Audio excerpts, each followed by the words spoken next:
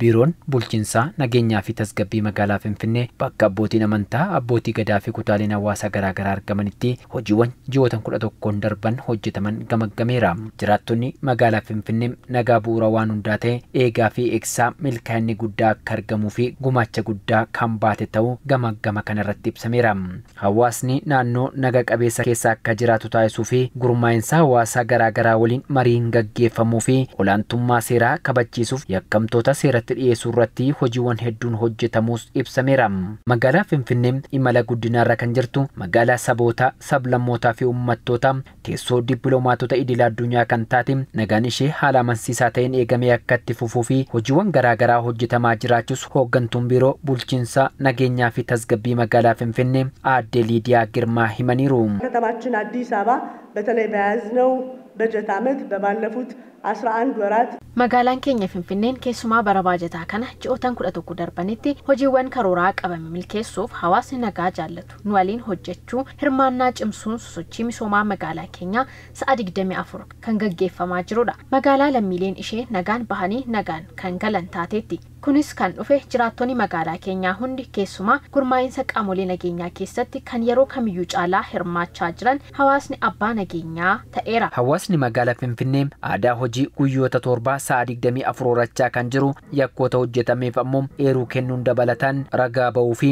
naannoo isaa eeguun milkaa'inni guddaan kan argame ta'us aadde Liidiyaan eeraniiru.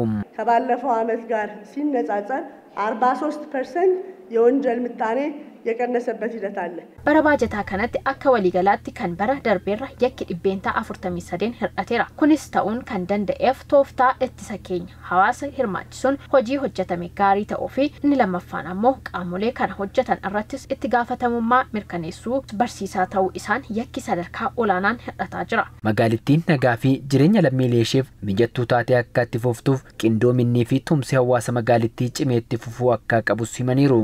የከተማችንን ሰላምና ጸጥታ ዘላቂ አስተማማኝነቱን አጽንቶ ለማቆየት ደግሞ nageenyaa fi tasgabbii magaalaa keenya amansiisaa ta'e akka itti fufuuf dhimmoota hafan akkuma duraan hojjetaa turre waloon hojjechuun magaalaa keenya Finfinnee miidhagduu fi qulqulluu nageenyi ishee kan eegamee fi giddugala tuurizimii ta'uu ishee itti fufsiisuuf hojjechaa kan deemnu ta'a. Magaalittiin nagaa qabeettii fi jireenya lammii isheef mijattuu akka taatuuf hojiiwwan waloon qindoominaan hojjetamaniin milkaa'inni argamuu kan himan hirmaattonni ammas nageenya bu'uura waa maraa ta'e kana caalatti eeguu fi eegsisuuf hunduu ga'eessaa baachuu akka qabu dhaamaniiru.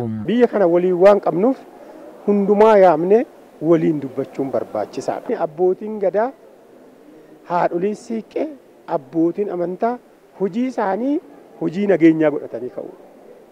Nageenyi jiraate ilmi kee jira. Barataadha, baratee galaa hin barata.